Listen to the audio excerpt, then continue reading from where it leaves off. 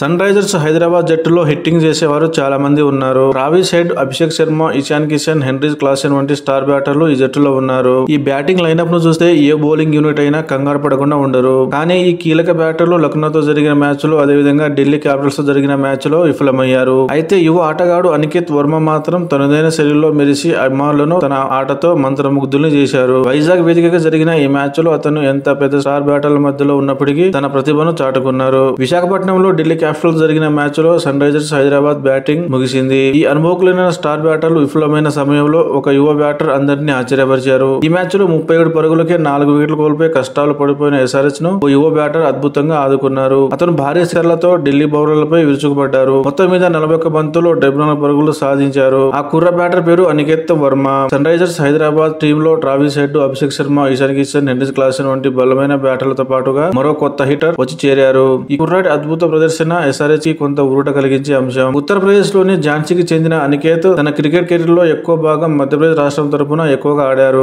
Madhya Pradesh premier league లో అతను తన అద్భుత ప్రదర్శనతో అందరి దృష్టిని ఆకర్షించారు. భోపాల్ లియోఫోల్డ్ తరపున ఆడిన 6 మ్యాచ్లలో 273 పరుగులు సాధించారు. ఒక మ్యాచ్ లో అయితే కేవలం 41 బంతుల్లోనే 123 పరుగులు బాదాడు. ఈ అద్భుత ఫామ్ తో ఐపీఎల్ ప్రాంతీయుల దృష్టి అనికేత్ పై పడింది. ఎస్ఆర్హెచ్ అతన్ని 30 లక్షలకు కొనుగోలు చేసింది. ఒకసారి అవకాశం వచ్చినప్పుడు అతను అద్భుతంగా ఆడుతూ తన ప్రతిభను నిరూపించారు.